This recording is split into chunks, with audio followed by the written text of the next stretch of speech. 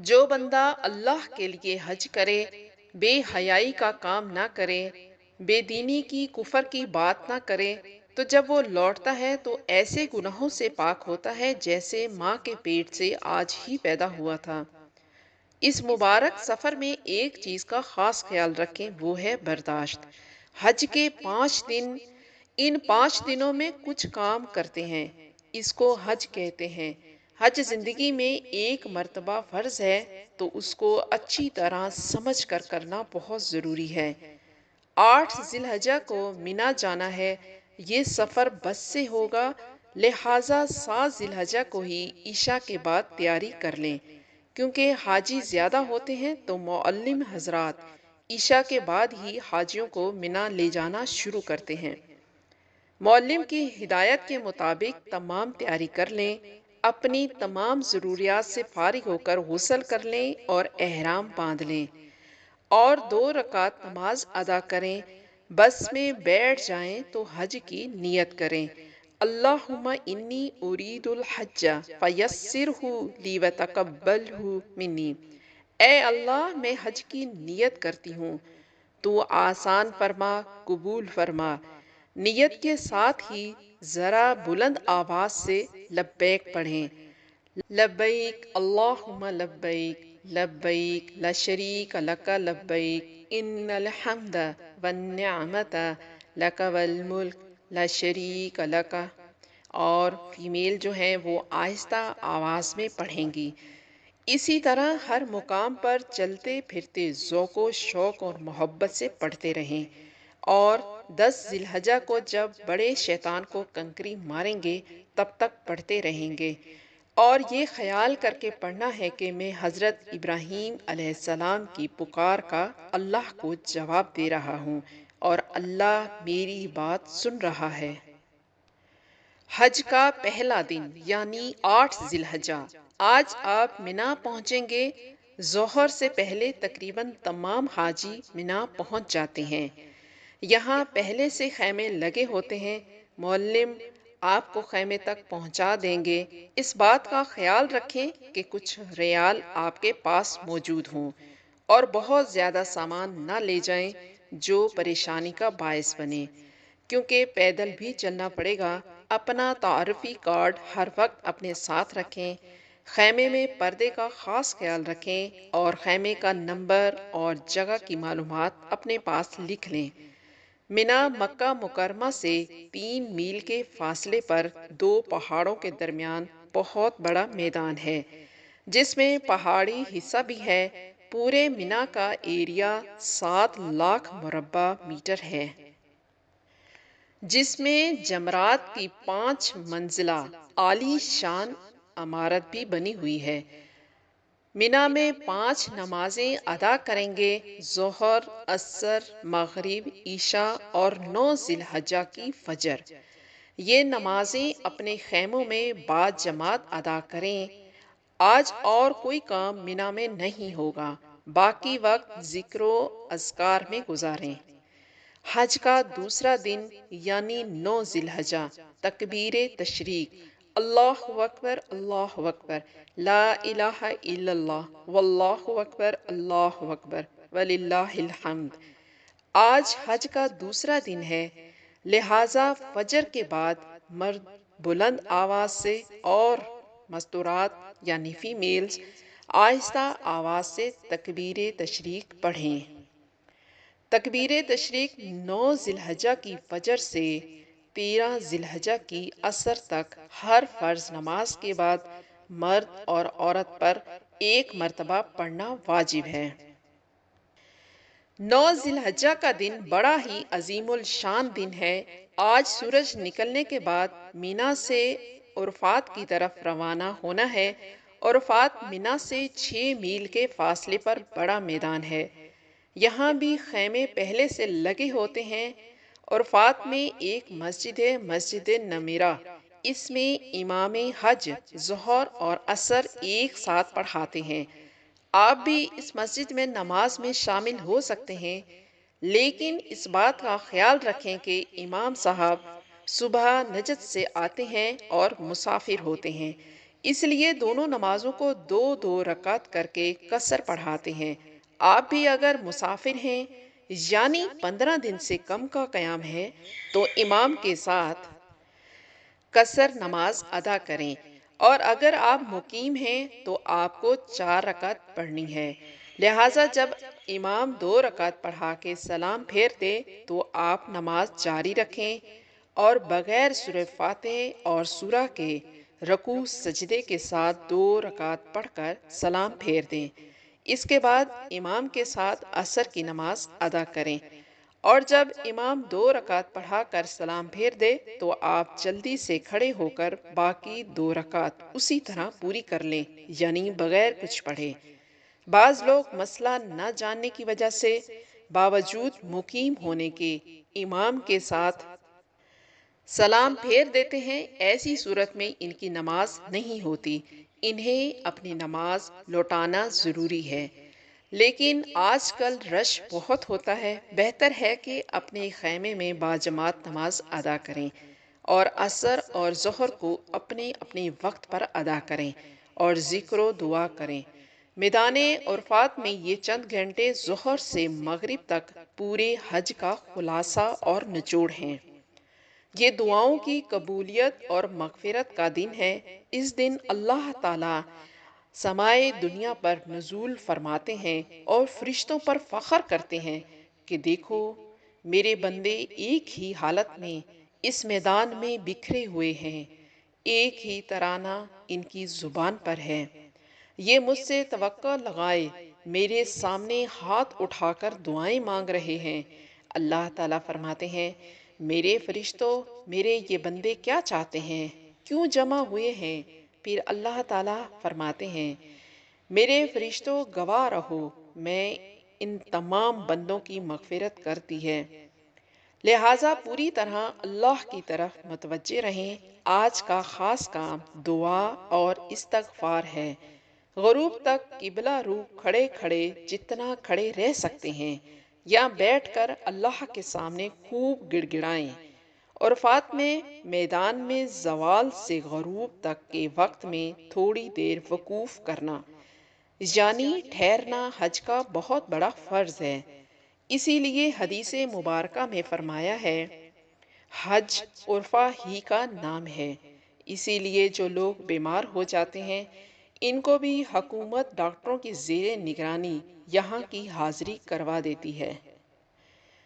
میدان عرفات کے چند معمولات اپنے ساتھ ضرور رکھیں، یعنی چوتھا کلمہ، کلمہ چہارم 100 مرتبہ ضرور پڑھیں، بسم اللہ کے ساتھ سورہ اخلاص، اور نمبر 3 درود ابراہیمی آخر میں وعلینا معہم کے اضافے کے ساتھ 100 مرتبہ۔ استغفار جو بھی آپ کو یاد ہو وہ 100 مرتبہ، اور اس کے ساتھ ذکر و اذکار اور تلاوت قرآن پاک بھی کریں۔ رسول اللہ صلی اللہ علیہ وآلہ وسلم سے عرفات میں دودھ پینا ثابت ہے، اگر میسر ہو تو سنت پر عمل کریں۔ ایک مسئلہ اچھی طرح سمجھ لیں، یوم عرفات کا وقت 9 تاریخ کی زوال سے لے کر 10 تاریخ کی صبح صادق تک ہے، یعنی اس وقت میں کوئی بھی آدمی حج کی نیت سے احرام پہن کر تھوڑی دیر کے لیے بھی عرفات میں آ جائے تو اس کا حج ہو جائے گا، مگر اس میں مغرب تک رکنا واجب ہے۔ اگر کوئی مغرب سے پہلے عرفات سے نکل جائے تو دم لازم ہوگا۔ مزدلفہ کی طرف روانگی، جب سورج غروب ہو جائے تو مغرب کی نماز پڑھے بغیر مزدلفہ کی طرف روانہ ہو جائیں۔ نماز مغرب نہ عرفات میں پڑھیں نہ راستہ میں، بلکہ مزدلفہ پہنچ کر عشاء کے ساتھ مغرب بھی ادا کریں، ایک اذان اور ایک اقامت کے ساتھ، یعنی اذان کے بعد تکبیر کہہ کر فوراً مغرب کی جماعت شروع کر دیں۔ فرض پڑھ کر امام سلام پھیر دے اور اس کے بعد بغیر تکبیر کے عشاء کی جماعت شروع کر دیں۔ اس کے بعد مغرب کی سنتیں، عشاء کی سنتیں، پھر وتر پڑھیں۔ مزدلفہ عرفات سے 3 میل پر ایک میدان ہے یہاں خیمے نہیں لگے ہوتے۔ یہ رات آپ کو مزدلفہ میں گزارنی ہے۔ یہ رات بڑی عظیم الشان اور قابل قدر رات ہے۔ بعض روایتوں میں ہے کہ یہ رات شب قدر سے زیادہ افضل ہے۔ رسول اللہ صلی اللہ علیہ وآلہ وسلم نے میدان عرفات میں امت کے لیے بہت کچھ مانگا۔ اللہ تعالیٰ نے سوائے ایک دعا کے رسول اللہ صلی اللہ علیہ وآلہ وسلم کی تمام دعائیں قبول فرما لیں، لیکن مزدلفہ میں پہنچ کر رسول اللہ صلی اللہ علیہ وآلہ وسلم نے دوبارہ خوب دعائیں مانگی اور اسی دعا کو پھر مانگا جس کو میدان عرفات میں مانگا تھا، تو یہاں اللہ نے وہ دعا بھی قبول فرما لی اور آپ کو امت کے انجام سے خوش خبری سنا دی، اور شیطان کو دیکھا کہ بہت ہی واویلا کر رہا ہے اور اپنے سر پر مٹی ڈال رہا ہے، لہٰذا یہ رات بڑی ہی عظیم ہے تو خوب قدر کیجیے۔ فجر کی نماز سے سورج نکلنے کے قریب تک تھوڑی دیر مزدلفہ میں ٹھہرنا واجب ہے۔ فجر سے پہلے ہرگز مزدلفہ سے نہ نکلیں، ورنہ واجب چھوٹنے سے دم لازم آئے گا۔ اور یہ بات بھی یاد رکھیں کہ مزدلفہ سے ایک حاجی کے لیے 70 کنکریاں چن لیں۔ حج کا تیسرا دن یعنی 10 ذی الحجہ جب مزدلفہ میں سورج نکلنے کے قریب ہو جائے تو وہاں سے منا کی طرف روانہ ہو جائیں۔ آج 10 ذی الحجہ قربانی کا دن یعنی عید کا دن ہے۔ حج کی مشغولی کی وجہ سے اللہ تعالیٰ نے عید کی نماز حاجیوں کے لیے معاف فرما دی ہے۔ آج آپ نے 4 کام کرنے ہیں جو بہت ہی آسان ہے۔ نمبر 1، جمرات کی رمی یعنی شیطان کو کنکریاں مارنی ہیں۔ دوسرے نمبر پر قربانی اور تیسرے نمبر پر حلق یا قصر یعنی بال منڈوانا یا کٹوانا، اور چوتھے نمبر پر طواف زیارہ۔ 10 ذی الحجہ کا پہلا کام سب سے پہلے رمی کرنی ہے، پھر قربانی، پھر حلق کرنا ہے۔ ان تینوں میں ترتیب واجب ہے، اور طواف زیارت 10 کی صبح سے 12 ذی الحجہ کی مغرب تک کبھی بھی کر سکتے ہیں۔ آج منا میں بڑے شیطان کو 7 کنکریاں مارنا ہے۔ منا میں 3 جگہوں پر لمبے ستون بنے ہیں، ان کو جمرات کہتے ہیں۔ اس کا وقت صبح صادق سے اگلی صبح صادق تک ہے۔ جو ابھی تک آپ لبیک پڑھ رہے تھے پہلی کنکری کے ساتھ پڑھنا بند کر دیں گے، اور کنکری شہادت کی انگلی اور انگوٹھے کے ساتھ پکڑیں اور ساتھ یہ دعا پڑھتے جائیں: بسم اللہ اللہ اکبر رغمن للشیاطین ورزقن للرحمن۔ میں کنکری مارتا ہوں شیطان کو ذلیل کرنے اور رحمان کو راضی کرنے کے لیے۔ ہر کنکری کو الگ الگ مارنا ہے۔ یہ بات بھی سمجھ لیں کہ کنکریاں کیوں ماری جاتی ہیں۔ جب حضرت ابراہیم علیہ السلام اپنے بیٹے اسماعیل علیہ السلام کو اللہ کی راہ میں قربان کرنے کے لیے چلے تو شیطان ان کو پہلے جمرے کے پاس ملا اور قربان کرنے سے روکنا چاہا، تو حضرت ابراہیم علیہ السلام نے 7 کنکریاں ماریں تو وہ زمین میں دھنس گیا۔